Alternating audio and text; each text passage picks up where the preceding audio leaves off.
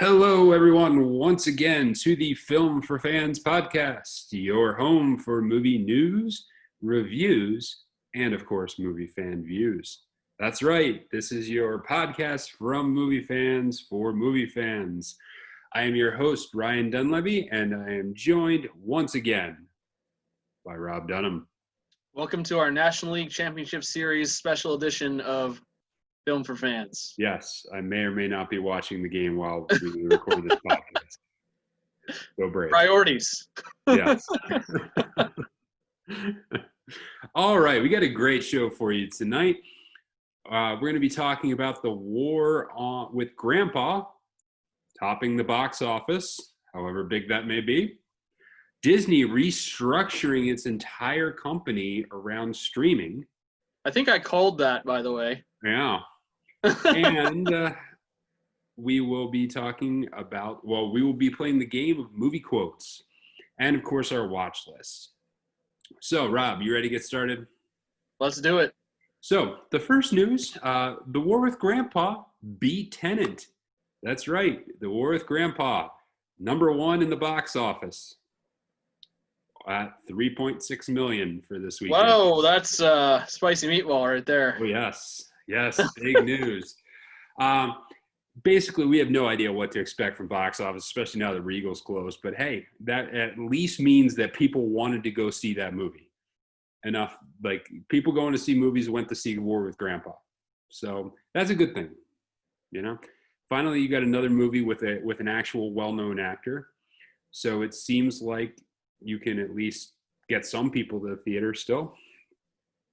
Yeah, it's interesting that I was never much for the on-demand movie experience. I think that's slightly changed now that I have a projector screen in my house because it's not a movie theater, but it feels a little closer. And I noticed this week for the first time that my perception of getting a movie on demand has like really changed. And the thing was, before I would be like, $6.99 for an on-demand movie, like I'm not even in the theater, why would I want to do that? And then this last week I was looking at going to see Save Yourselves in the actual theater, and it was like $12 a ticket. And then I looked it up, and on Vudu it was $6.99 to rent. And I found myself thinking, wow, I could watch this movie at home with my wife for like $17 less than if we go to the actual theater. I think I feel better about that. It makes me wonder, we'll talk about later obviously with the Disney story, but It does make me wonder if other people are feeling the same kind of thing and starting to move that way a little bit. Yeah, it's interesting. I'm not there yet, personally. I still very much enjoy the going to the theater experience. It's still, I mean, I don't have a projector in my house, so maybe that makes a difference. But I still enjoy, it feels like I'm out doing something at the very least. And I do still enjoy the theater experience.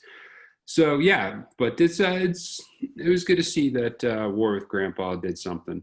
So, but I think the big news that we're going to talk about today was a recent announcement from Disney, and this was made more in the like business world than the movie world. But they announced that they're basically doing a lot of restructuring to the entire company in order to focus more intensely on streaming. In fact, they went as far as to say streaming will be their primary focus. Now, they're still going to have theatrical releases. They're still going to do all that. They're not abandoning this. But that's really interesting that a company as big as Disney is making a full shift to try and focus on streaming. So I don't know, Rob. They were kind of at the beginning of this trend with going with sending Mulan straight to Disney Plus, and abandoning the theaters. They were one of the first companies to abandon theaters. So it's really interesting. Are they ahead of the curve? What do you think here? I mean, Disney has always been a driving force in the theater industry. I've heard them described by many people work in the theater industry as a bully.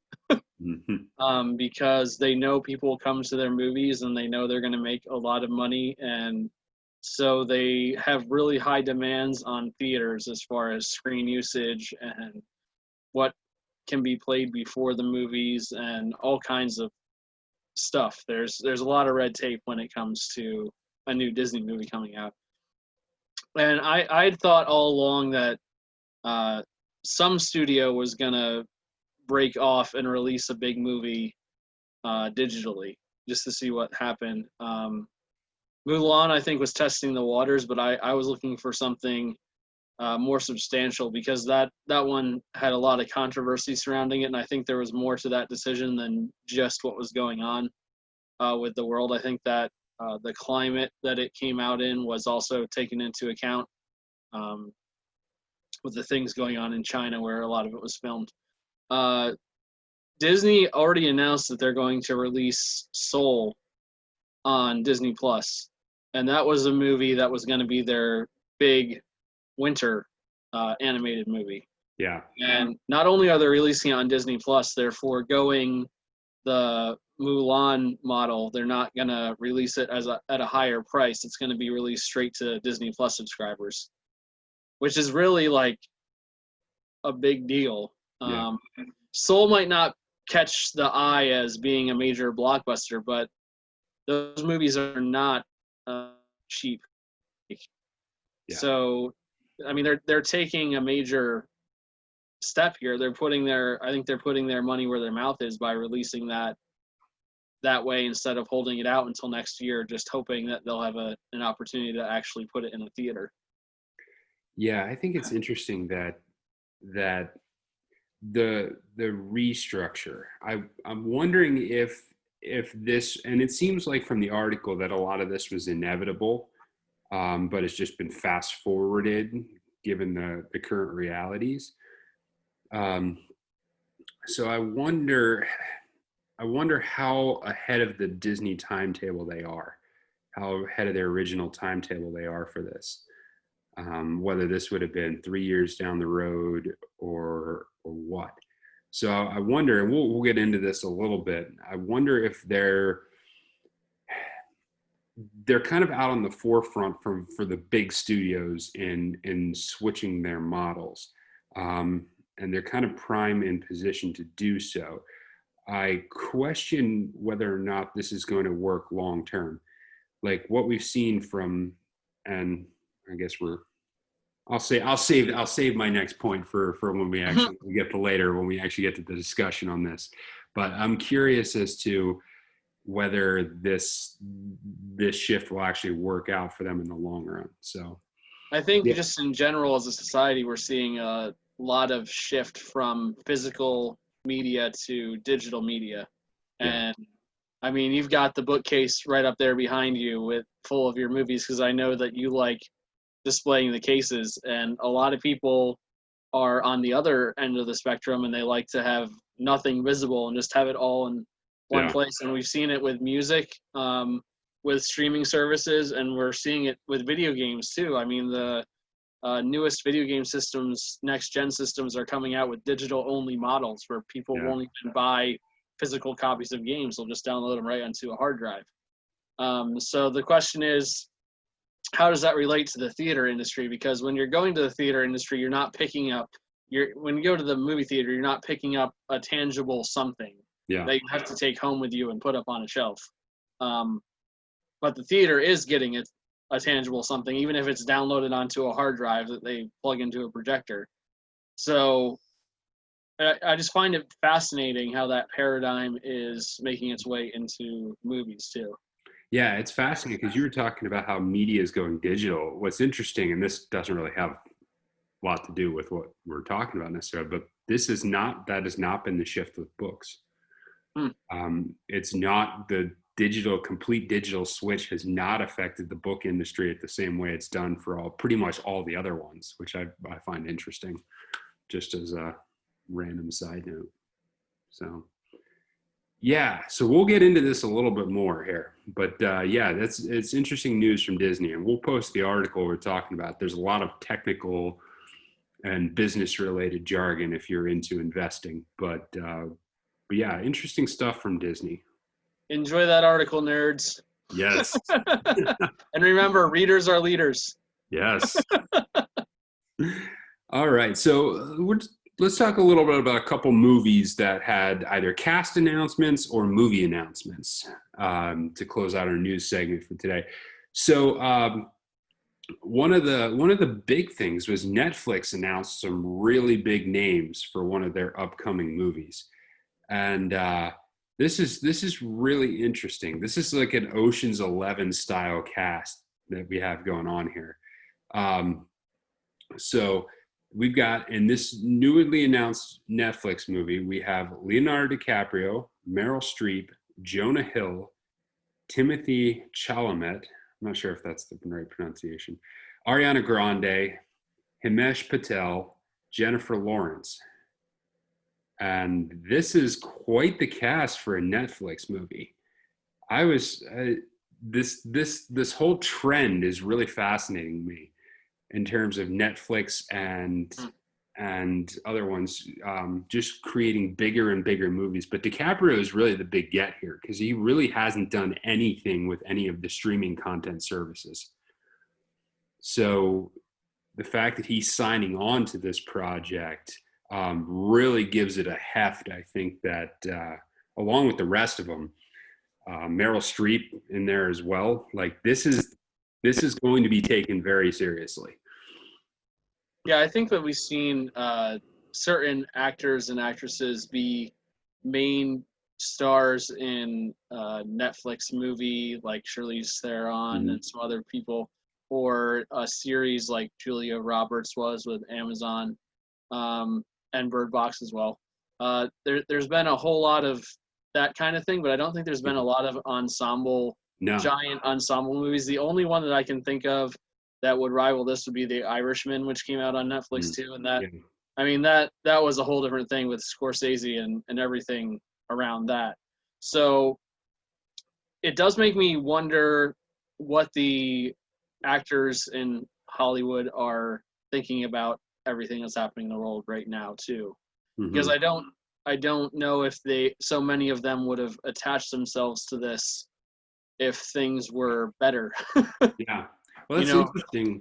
Yeah. It's interesting you bring that up because there's kind of two potential ways to read it. One is they're looking at where's our next paycheck coming from, and hey, we need to book something. Hey, we'll take Netflix's money. The other way to look at it too is they now view Netflix as a legitimate big movie player, and so they feel good about lending their weight to it.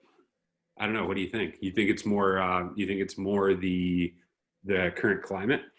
I think you're probably looking at both things because I do think that there is some uncertainty around just the industry as a whole right now. I don't think that the thing is I don't think movies will be going away anytime soon. There's going to be some medium that they're going to be released on. There's going to be some work out there for people. But I do think that they are also building up a reputation as knowing what they are doing. And that's certainly not something that was even the case probably 2 years ago. I mean, they've made a lot of strides. Obviously, you had Adam Sandler and his crew make several movies for Netflix, but I think that we're in a stage now where a lot more name actors are starting to recognize the potential. And I also think that a lot of it has to do with the directors and producers that Netflix is giving the reins to here. I mean, Adam McKay is a big name. Yeah. So there's a reason why these actors want to work with him. And I think that the more big names that you have and put in those positions to put their vision out there, the more you're going to have people want to be a part of things. Yeah, and just in case, I don't think I referenced it, the film is called Don't Look Up. So that's the name of this film we're talking about here. But yeah, this just continues the trend of Netflix going bigger and bigger into their actual movie production content as opposed to just being a curator. This is just another step in their evolution as a as an actual movie studio. So I'm going to find it fascinating because I have, like we've said when we reviewed some of the other stuff, that I don't think that they've produced a great movie yet. And so it will be interesting to see if, as they spend more money, if the quality of the movies continues to go up. Yeah, I think they've had several that are average to above average, which is more than you can say for some production houses. Yeah. So I think they're on the right track. But yeah, they haven't had. I mean, some people might argue that The Irishman was that, but it was also super long and drawn out and just not built for a wide audience. Yeah, it's that one's more you either like it or don't on that sort of framework. So, but they are also saying too that that this movie will, because of the amount they're spending on it and because of the cast, will most likely end up being a theatrical release as well. So that hasn't been confirmed yet, but this probably will be a theatrical release in addition to it ending up on Netflix at some point. So that's another wrinkle into this from the Netflix standpoint. Okay, so let's move on to another announcement, and this one is a prequel to the Mad Max Fury Road movie. This was announced. George Miller is going to do another movie, and this one will detail the backstory of Furiosa, who was played in Mad Max Fury Road by Charlize Theron. And he has, Anya Taylor-Joy has signed on to play the younger version of Furiosa. Chris Hemsworth is also in this. And yeah, so George Miller is coming back and is doing a prequel on Furiosa. What I found fascinating in the article I was reading about this, I found fascinating, is that it looks like George Miller actually, he was saying that he actually spent a lot of time writing significant amount of backstory to all of the characters from Fury Road. And so he's got all this material to come back to. And it's almost sounds almost Tolkien-esque, as it were, where he just writes these elaborate backstories that he can turn into other content. So it's interesting that he's going the direction of moving away from the Mad Max character. What do you think about it? Yeah, for those of you who don't know Taylor-Joy, first of all, she was the main heroine in the movie Split, and then in Glass, among other things. And I New think that just came out. Yep. Too. I think a lot of people, after seeing Fury Road, really wanted to see more of Tom Hardy's character. Yeah.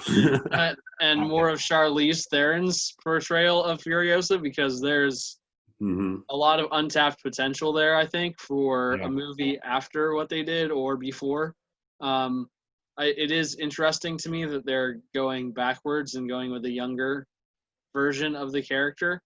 I would say that I'm not as excited about it as I would be about another Mad Max movie with Hardy and Theron, but that also might be that I am biased from really, really liking Fury Road, because that movie is one, we've talked before about movies that surprise you, or I should have mentioned this in the episode where we talked about expectations, because I'm not a huge action movie person most of the time, and so my expectations going into seeing Fury Road were fairly low, and I was just blown away by how it was done stylistically, and it was just incredible. And you do not see many action movies like that.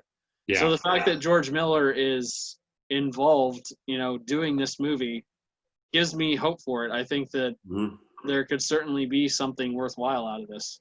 Yeah, I think I like what you're saying about that, because I was also thinking the same thing. Furiosa was very good, but I was not as intrigued with where she came from in that movie, and her backstory. So we'll see. I think if it's anything close to the level of Mad Max Fury Road, I will be happy with it. I'll be satisfied with it. But I love the fact that he's got all this back content for that storyline. I would love to see this be a great action franchise moving forward. After it did well in the 80s and then stalled out. I would love to see this come out and be the next long running action series if he's got enough content for it. But I really do want to, at some point, I want to see Tom Hardy back. Yeah. I think that's we need to see more of that necessary. But I think I will enjoy Chris Hemsworth being in that too. I think there's potential for whatever character he's going to play. So, and I wonder how far back they're going. I mean, you can tell a little bit based on the age of the actresses involved. But Hollywood messes around with ages all the time. So it's curious as to how far back they're going to go. So let's talk about, let's revisit our streaming discussion for our discussion segments tonight. So with Disney's announcement to focus on streaming, with Netflix really beefing up their movie production roster, this brings up the question I was having, and that we've talked around this a little bit. Are streaming services, or those with robust streaming options like Disney, are they in the best position in the movie industry going forward? So given where we're at, are they the ones kind of who are poised to take the reins of this from the other studios? I think it would be hard to argue that they're not. I mean, they're able to get content out to people without worrying about the barrier of health and safety, which is a major barrier right now, and seems that it will be one for the foreseeable future. So when you have a way to access a stream of getting things out to people that just a brick and mortar, if you will, studio might not have, I think that you have to say they're in a better position to succeed than some other places. And I also think that the work they've been putting in to their productions and making them better and better also puts them in a position to succeed, because they've been gaining more traction, getting more people to pay attention to what they're doing, getting more eyes and subscriptions to their services. And the more quality content you put out, the more people are going to be excited. I know that just looking at some of what Disney Plus has coming down the pike with Marvel, with WandaVision, and some of the other shows they have, people are really excited for that. And that's going to drive people to join the service. Yeah, I think you're right in that. I think they find themselves in a position where they've been beefing up their actual production for a number of years now. So they're at a place where they're capable of producing things. And right now they have the easiest, most convenient, easiest distribution network right now. Because your standard studios were still having to rely on movie theaters and the deals they were having with various companies like Vudu or whoever to do their pay services. So they don't have as natural an outlet for their content as Amazon, Disney, and Netflix do. So I think it's similar to, I wonder if we look back on this, and it's similar to how like Netflix was originally on the front edge of the streaming content, because they started out with their DVD rental, and then they were on the front edge of the streaming content that took away the kind of the DVD service business and took away Blockbuster's business. And then Blockbuster tried to switch over too late. I think it's easier when you've got your foot in the newest technology to then pivot towards the older one than it is to do the reverse.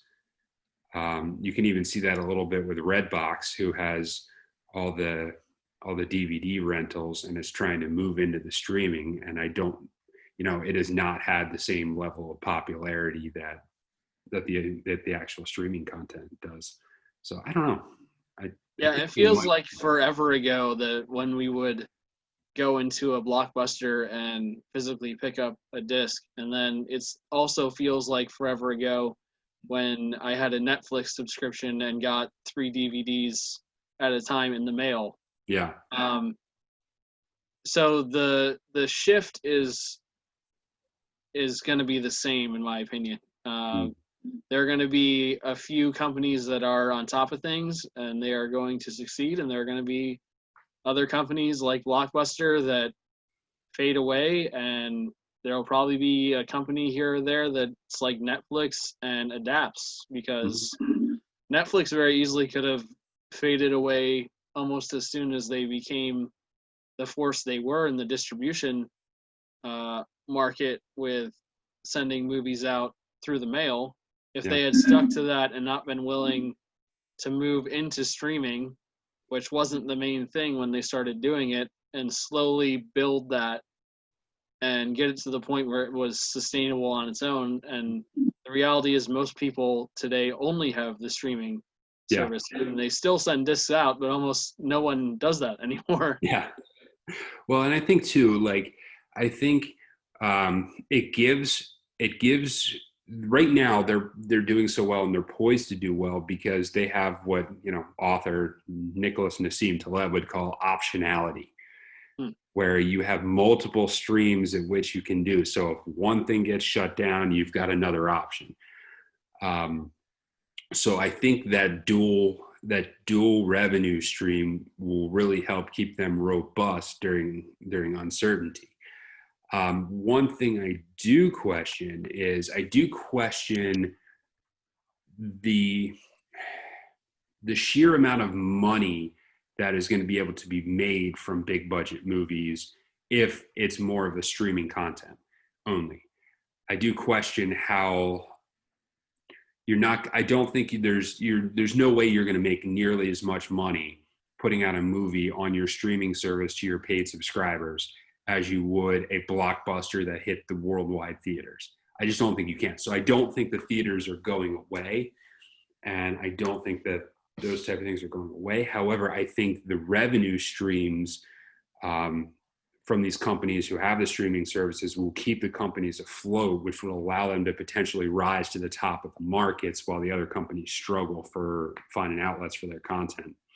Yeah, I think the question is less if theaters are going to go away and more who's going to be controlling the theaters when they have an opportunity to become viable again. Yeah, because I think the odds that it's going to be AMC and Regal controlling that market are getting smaller and smaller the more this goes on. Yeah, you can almost see one of these theater chains going bankrupt and someone like Amazon or someone like Netflix then purchasing that avenue and then being able to have that revenue straight through. So then they would control the entire process from the movie creation to the movie distribution in the theater side to its final resting place on the streaming. I think you could definitely see that happening going down there.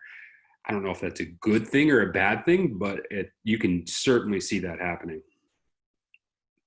Plus, you have a bunch of theaters sitting on hundreds of millions of dollars that they've shelled out for movies that they just keep putting back, and you just wonder how long they can hold back the money, because they're already out the money that they pay to film these and edit them, as to how much longer they can continue to just hold off on not seeing any return on that investment.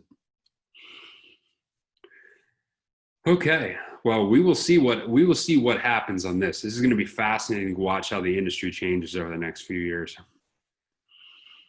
So, Rob, let's play a game. Ooh, games. Yes. So tonight's game, we are going to be playing movie quote trivia, in which we distribute movie quotes and we see if we can answer what film they're from. All right, explain to me how this works. So, read a movie quote, and then you got to tell which movie you think it comes from. Can you guess the movie? Bonus points if you can name the actor or, even the scene. So, Are you ready? I'm ready. All right. So here's the first one. A third of a gopher would only arouse my appetite without bedding it back down.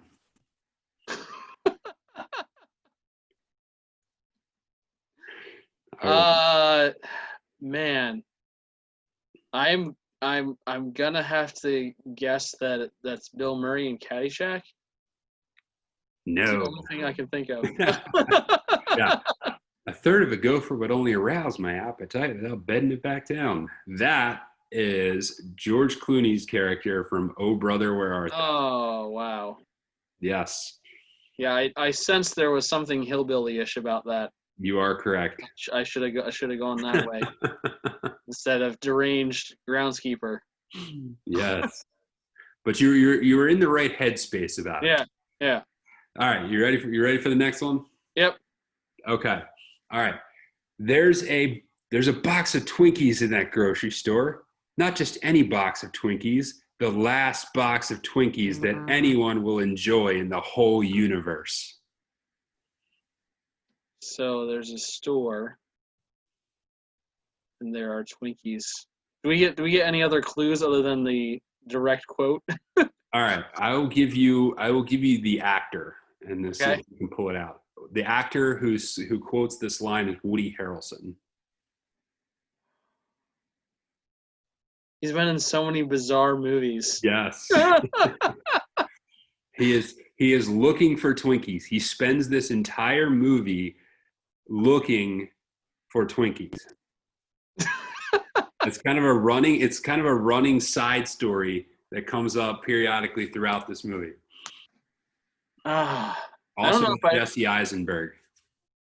Oh man, I feel like I should know what this is, but it's not clicking in my mind. What? All right. What is it? You want the answer? Yeah. Zombieland. The reason why it's not clicking in my mind is because I am a failure who has not seen Zombieland yet. Oh, okay. All right. Yeah. So, although I should have guessed that because I do know that they were both in the movie, even though I haven't seen it. Yeah. So, like I said, I'm pulling these out of thin air in terms of the quotes here. So, all right, you ready for the next one? Yeah, let's go. All right. Well, then, I find that smuggling is the life for me, and I would be delighted to kill your friend the maggot.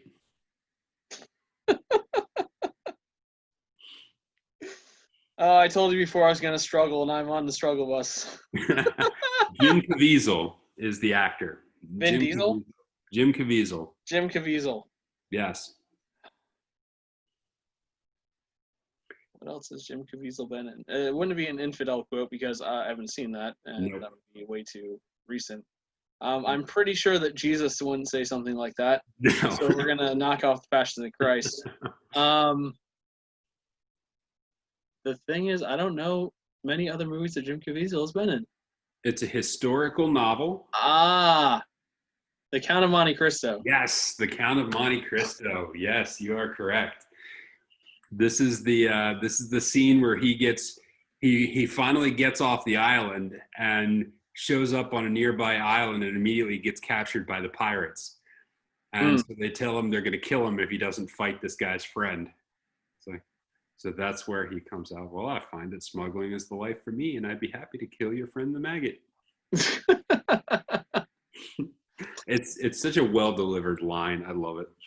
So I don't have a whole lot of these prepared, but I've got one for you. All right.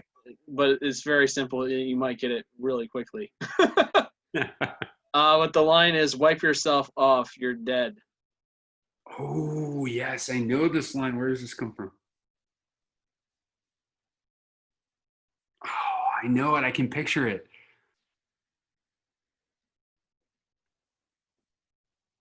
I feel like any clue I could give you would probably give it away, but I'm gonna go with buddy cop movie.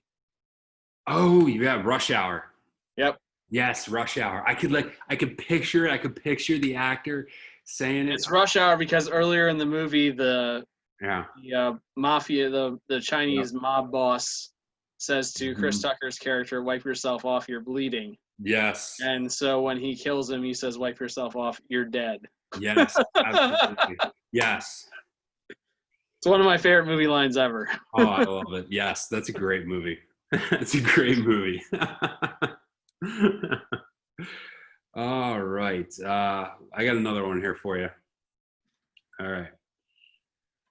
Because yesterday I walked out of the joint after 4 years of my life, and you're cold decking Teen Beat cover boys. That is George Clooney from Ocean's 11. Yes. Yes. Talking to Brad Pitt, who is giving poker lessons to movie stars. Yes. Exactly. Right on.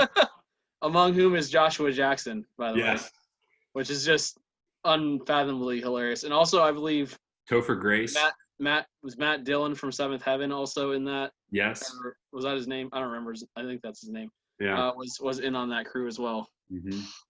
Yes. Yeah, that's a great scene. Seeing Topher Grace in that situation scenario. And he's trying to pay by check. Inappropriate things going on in the background as they're playing their poker. I believe that's the scene we got to in Ocean's 11 where my parents said, "All right, we're not watching this movie anymore." So, they didn't make it too far. No, definitely not. Considering that's like the first scene of the movie. Yeah. Okay, this is an easy one for you. Okay. But, okay. I died that day, and you can die too, for all I care.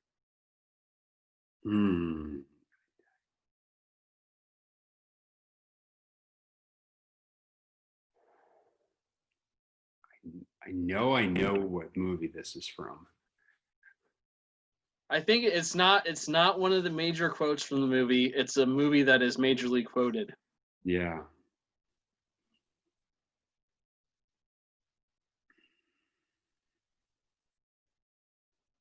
Man, I can't quite get it. The main actor in it is also the main actor in one of the early iterations of a very popular horror franchise. Well, that narrows it down. Well, I can't give obvious clues because there's so many that I could give. You stumped? Yeah. This makes me feel better about myself. It's The Princess Bride. Oh. You were referring to Carrie Ellis and you were referring to Saul. Yep. Okay. All right. Yeah. Man. I feel redeemed now. I feel like the weight is off my shoulders. Yeah. The first part of the quote sounded familiar, but I could not picture it. And the reason why I'm able to pull out like a second level quote of that movie is because this is not a joke. When I was 8 years old, my dad forbade me from saying the lines to the movie The Princess Bride when he had company over who had not seen the movie yet, because I could quote the entire movie already. And I would do it as we were watching the movie. So I'm pretty sure that I could come fairly close to reciting it from beginning to end if you started me off. This is for posterity's sake, so be honest.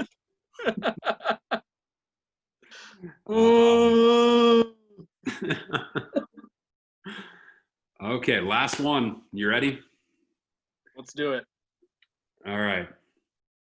Those of you lucky enough to still have your lives, take them with you. However, leave the limbs you've lost. They belong to me.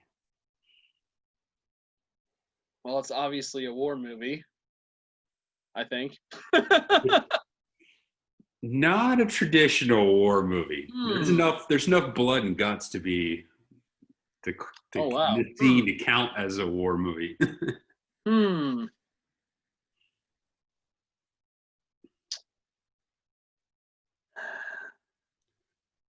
I don't know. It's a bunch of chopped off limbs via sword.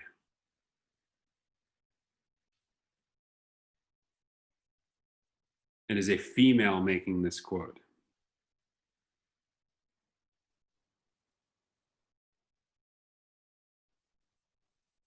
Say it again one more time. Those of you lucky enough to still have their lives, take them with you. However, leave the limbs you've lost. They belong to me now. Is it Kill Bill? It is Kill Bill. Yes. Kill Bill Volume 1. Yes. Okay, I think I've got, let me see if I've got one more. I'm trying to think of what line I want to use.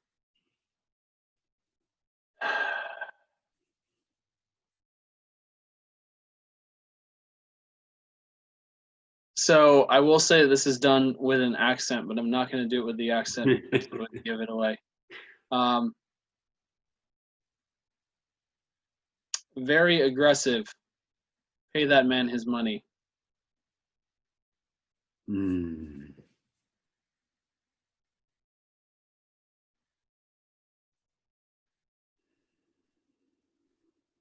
This movie started off, well, I guess it didn't start it off, but it amplified a craze that was beginning to gain some momentum in the world of gambling. You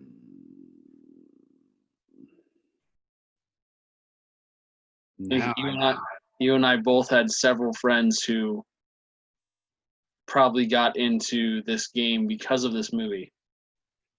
Me being one of them. Is it a poker? Are you talking about poker? Man. I'm trying to think if there's the only poker movie I can think of off the top of my head is Rounders. That's the one. Nice. It's John Malkovich's character giving money to Matt Damon. Yeah. And when he says it, it sounds like very aggressive. Pay that man his money. Yeah. Okay. Yeah. Yes. And had to get through there through a side channel, but we got there. Yeah. And that movie is the reason why I played Texas Hold'em like every single weekend in college. My problem with poker is I just have no stamina for it. Like I'm done after like 10 minutes. Like I'm not gonna lie, there were some nights when we were at like 2 hours at the table and I was still in that I would lose on purpose. Yeah. Because I was just ready to be done.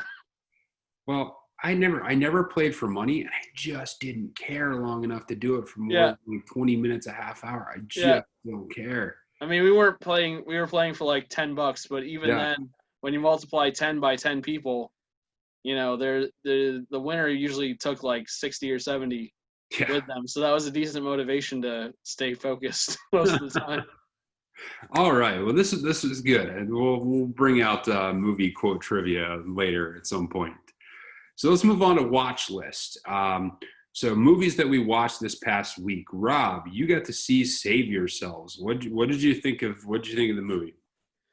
Save Yourselves was a really fun movie. I would say that it didn't quite accomplish everything it was trying to accomplish. You could tell it was not a huge budget operation, but in the same way, they did some things to work around that made it feel probably a little more polished than it was financially. I would recommend it if you enjoy a lighthearted comedy about the end of the world. The ending I was not a huge fan of. It seemed a little slapdash and confusing to me. The movie ended and I kind of wondered what the point was. And it's unfortunate because the movie as a whole was really funny, really well written. The dialogue was really smart, and the way it ended just seemed like they couldn't really figure out what they wanted to do because I was left wondering what actually happened, and not in a like thriller kind of trying to figure out Inception way, and more in a like I'm not really sure what the point of that was way. Do you think that they just kind of wrote themselves into a box, or did they just botch the ending? I just feel like they had this idea in mind of the way they wanted it to end, but it just didn't connect with where I thought the movie was going throughout the majority of it. Like it didn't seem to make a whole lot of logical sense. You have to fill in. You basically have to fill in your own whole backstory of what happened to them at the end for it to make sense. Mm-hmm. Which in certain movies I think is reasonable and understandable, but in a movie like that that's focused more on being lighthearted and a comedy, albeit about the world ending, it didn't seem to be a movie that would demand that kind of conclusion. Okay. But I would say that it was enjoyable to watch, and I would recommend it. I just think the way they wrapped it up didn't seem to make coherent sense with everything else that was going on. Okay. Fair enough. You will laugh out loud a couple times if you watch the movie. I know that. Yeah, it did seem intriguing. So, all right. So I watched this week. I finished up my Equalizer 2. So I was able to watch the second of the series. And I enjoyed it. I enjoyed Equalizer 2. Like what usually happens when you have like a sequel to a movie, the first movie didn't have a ton of characters in it, and it really delved into one specific story, and you introduce you to the main actor. And then when it gets a sequel, then you have to broaden out. You have to broaden out the narrative. You have to explore more of the backstory of the main character. So this movie did that. It explored more of the backstory of Denzel Washington's character, a little bit about how he became who he became. It brought in more people from his life and more people from his existence. So there was one or two carryovers, but again, it was a good movie, and I do like the character Denzel plays. I do like him in that role. There is slight, I would say there's slight credibility issue in that Denzel Washington is not a young man. And when you're continually physically besting and are faster, and I mean, there's a lot of times where he's like taking knives and he's like cutting people up and stuff like this. And these guys are like 10 years younger than him. So like at some point speed diminishes, you know? So there's a little bit of that, but the character's fun.